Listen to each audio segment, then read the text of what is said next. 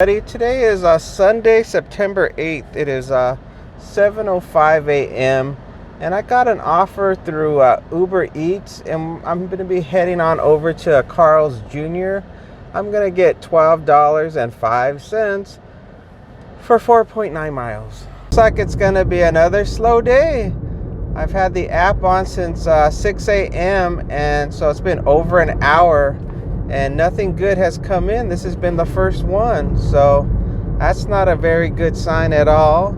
And as far as hitting the goal of $420, that's not gonna happen because yesterday was so terrible, and I'm only gonna work until 11 today because I am pooped and I do not feel like working. Turn right. I bet you're going into the drive-thru for Carl's Jr. I just have this feeling. Oh, you didn't. Good. I got the order through the drive-thru. It was really fast. I'm going to, it looks like an apartment. Yeah, it's an apartment, and it's just 3.4 miles from here. That's all. And it is a leave at the door. It was kind of weird when I went through the drive-thru. The automated, greeting comes on in the drive-thru, and then the person says, "Would you like to try our something?" And I'm like, "No, thank you." And I was about to say, that I'm Uber Eats picking up for, and then say the person's name, and she doesn't even let me say a word. She's just like, "Come up to the front window." And so I got to the front window, and she had the food right there, like she somehow knew that I was the Uber Eats driver. Maybe it sends a signal that I've arrived or something like that.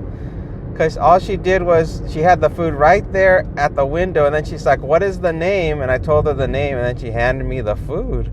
So maybe there's something new. Remember, I think earlier, like a couple of weeks ago, Uber sent me some new update that said to turn on my Bluetooth, so that way the restaurant would be able to know that I've arrived. So maybe that's what was happening. Their tablet knew that I had arrived because my Bluetooth from my phone sent them a signal saying I was there. So that's the only thing I can think, because how else would she know I was a Uber Eats delivery person in the drive-thru when I didn't even say anything? She's just like, "Come on up." Alright, I got this place mapped in my Google Maps. Ow. In 800 feet, turn left. So I'm just following my Google Maps to the building number because I'm not going to trust their PIN, because I'm having a very pessimistic outlook on people right now. So I'm like, nope, I'm going to just follow what the navigation tells me on my Google Maps, because I know I marked the building right. Turn left, then your destination will be on the left. Okie doke. Coming up.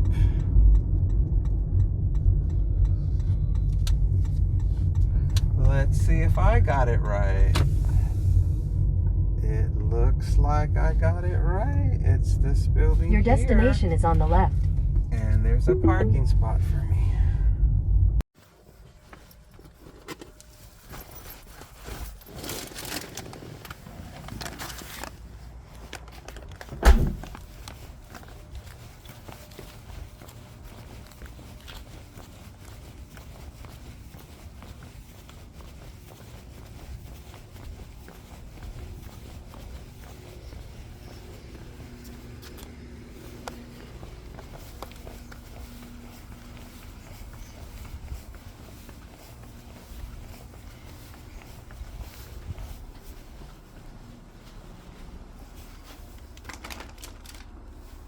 The next one coming up, and it's from Uber Eats. The time is 7:23 a.m.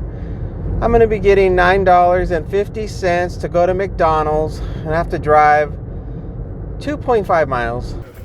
No, one of the upper ones. That when you have it in gear, it puts it on. The left one that way. I figured you can't see it.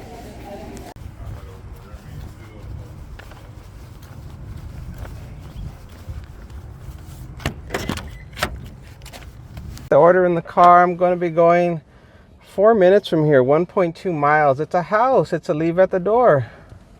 There's a guy who got out of a Jeep and he walked to the McDonald's ahead of me and opened the door.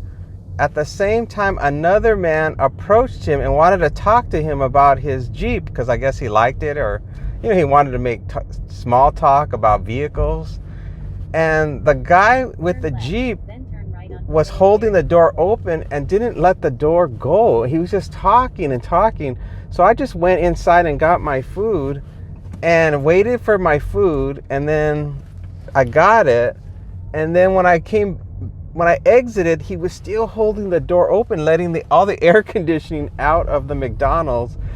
And even after I finished telling you guys about, the destination and the drop off, and I was heading out to hit the road, he was still holding the door wide open, having the conversation with the guy about his Jeep.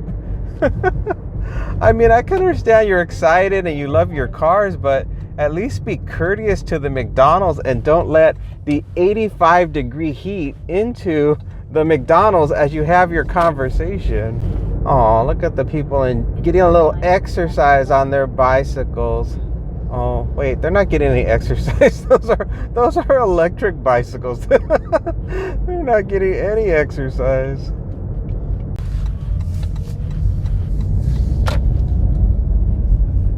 Turn left on Chestnut Ridge Circle, then drop off on the right.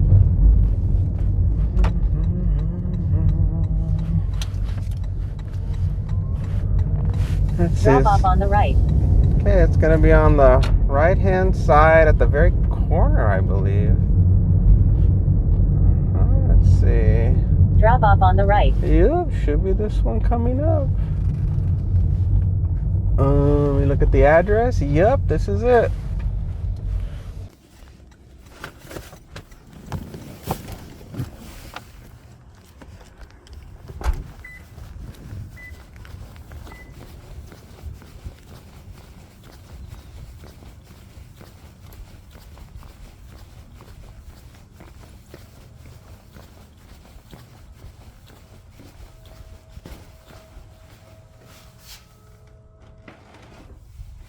It is 8:06 a.m. and I got an offer from Uber Eats, $9.21 to go to McDonald's for 2.1 miles. I'm sorry, 2.9 miles.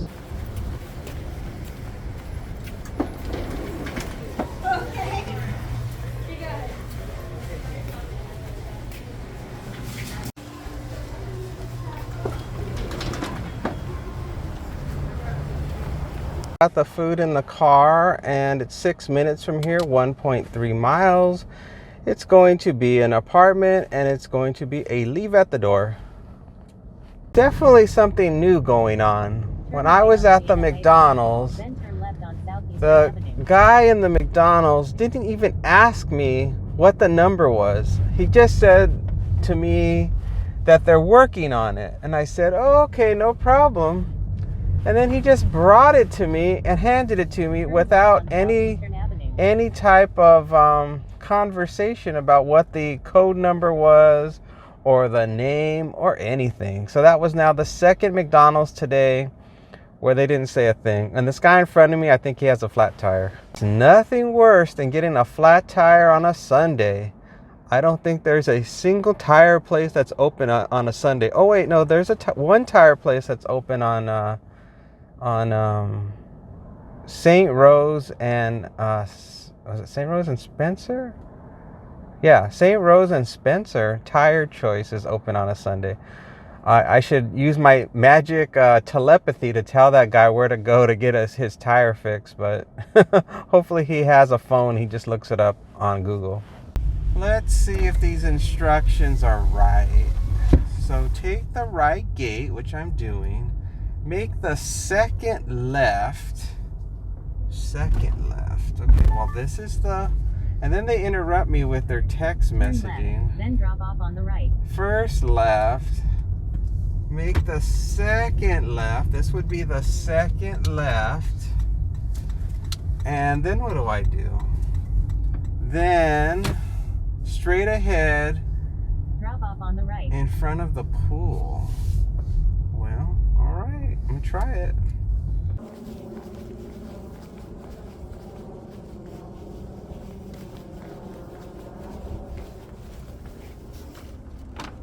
Got the next one coming in. It's 8:35 a.m.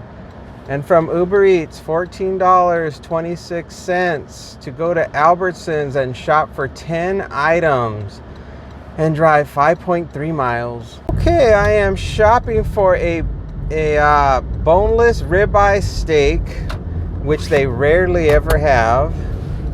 I am also shopping for Open Nature chicken breasts, Planet Oat caramel oat milk creamer, a banana, Fuji large apple, milk, vegetable russet potatoes, organics baby spinach, Sprite, Gatorade, and that is it.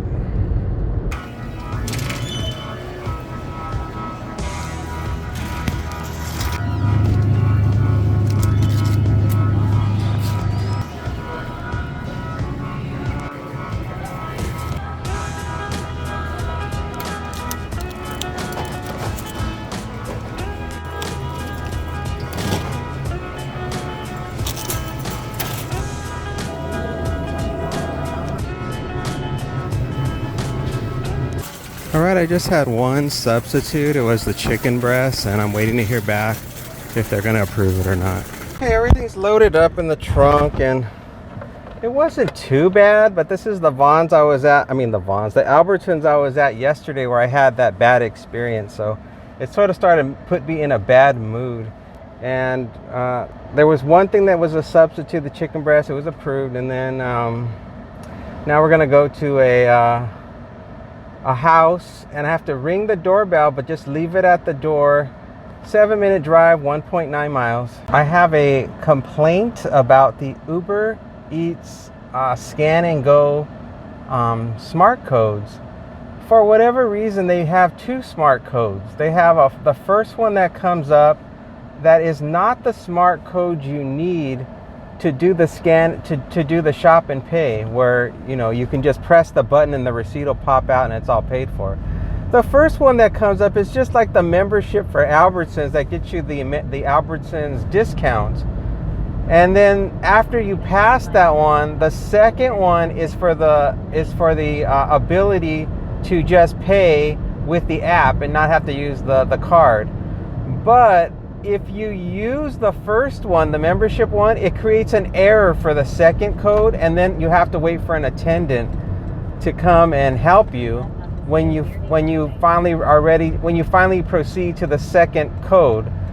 So going forward, I'm not scanning the first smart code anymore. I'm just going right to the second code that gives the discount and does the allows you to bypass using your own using the physical card to pay for the order.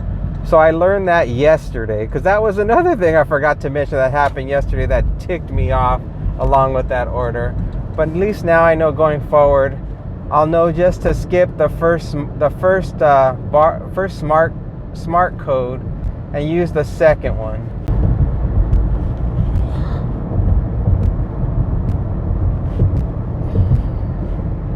Turn right on Desert Shadow Trail, then turn right on Dakota Station Lane.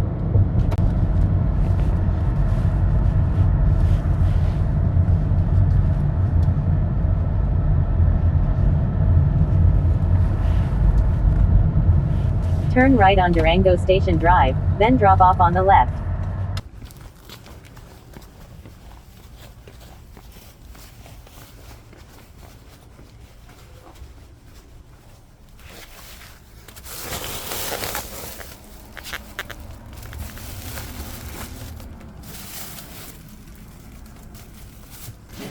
It's 9:14 a.m. and I got the next one from Uber Eats.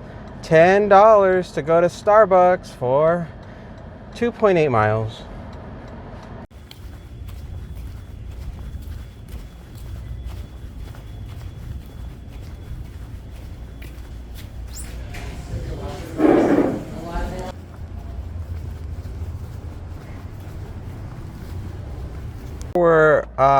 2 customers with the same first name.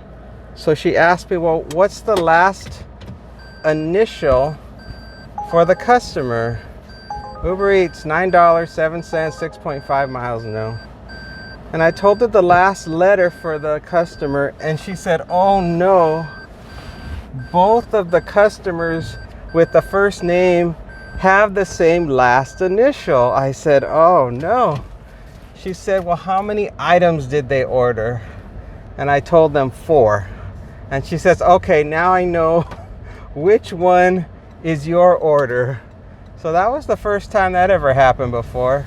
Usually when you give them just the first name, they know the order. And then every once in a while you have to say the last initial. But I've never seen it taken to the point where they had to ask for like the number of items. Uber Eats, $7.62, 12.6 miles. Going off to, it's a house 5 minutes from here, 2.1 miles. It's a leave at the door.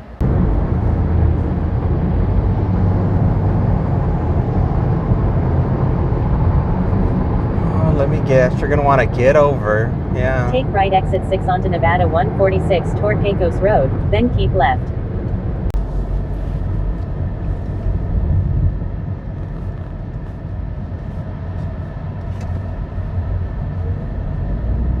Just ahead, turn left on Delano Drive.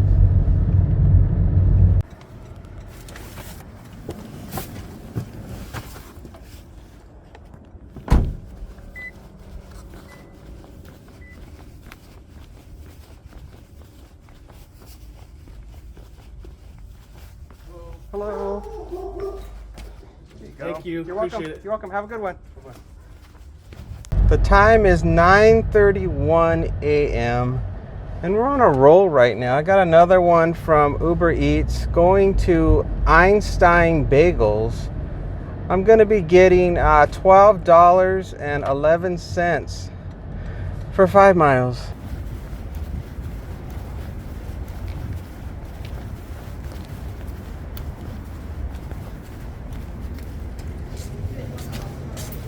Thank you. Yeah, you're welcome.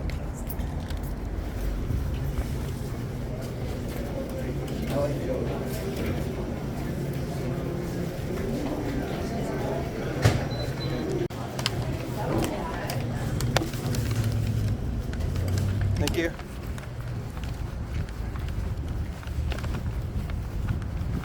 It was busy in there. Man, I just took a seat at a table because there were too many other delivery drivers standing by the pickup counter, and I just sort of just kept eyeballing the pickup area, waiting to see a fresh delivery being placed on the pickup counter, which they finally did. And now I don't know where I'm going, but it's going to be 11 minutes from here, 4-mile drive. It's going to be a meet at the door. It's going to be a house, and I have a gate code. I'm starting to get tired, and I know I've already passed $60 with this particular delivery. I'll probably stop at 10 a.m. So this looks going to be the last one, because even though the money is good right now and it's busy, it's been a long week, and I am just so ready to just chill out and relax, and it isn't that serious that I hit the goal anyway. So I'm just going to do this one, drop it off, and go home.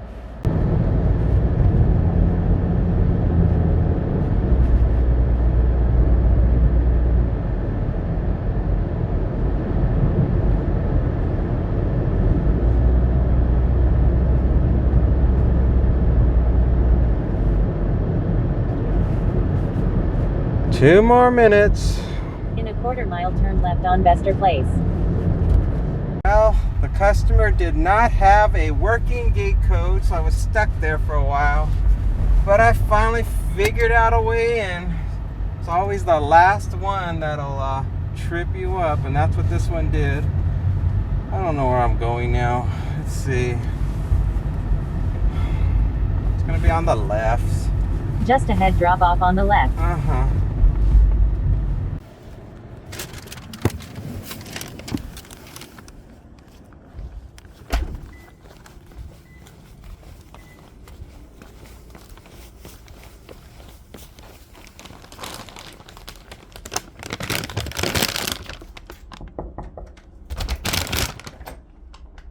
Hello, here you go. Thanks so much. Have a good day. You too. Thank you. Okay, I turned off all the apps, and the guy was nice, so it wasn't an unpleasant experience handing the food off to the customer. The only negative was that he didn't have a working gate code, so that delayed me a little bit, but it wasn't too bad. And the day overall was fine. I mean, the money was good. The money to mile ratios were really high. And if I was in a better mood, I would keep working, but I don't foresee myself coming out of this mood today. And I figure, why should I push myself to deal with a bad day when tomorrow is always another day? So it's best just to head on home, relax, and just let the negativity process, and it will eventually evaporate, and I'll be in a much better mood, I'm sure, tomorrow. Next week, though, I won't be working a full shift. My goal will only be making like $300 next week. I have to have the dog's teeth cleaned, which is going to be very stressful on Wednesday. So that day I'll probably be taking it really easy, because I'm going to be worried about something bad happening to the dog, since they got to do anesthesia to clean his teeth. And then on Thursday, I get the permanent crown on my tooth, so that's going to be a partial day as well. So I'm going to play it by ear, but more than likely the goal is $300 next week. So you can see on the numbers, we didn't hit the goal today, but who cares? Thank you so much for watching, everybody. I'll see you again on Monday when we start all over again at zero, working our way up next week to the goal of $300.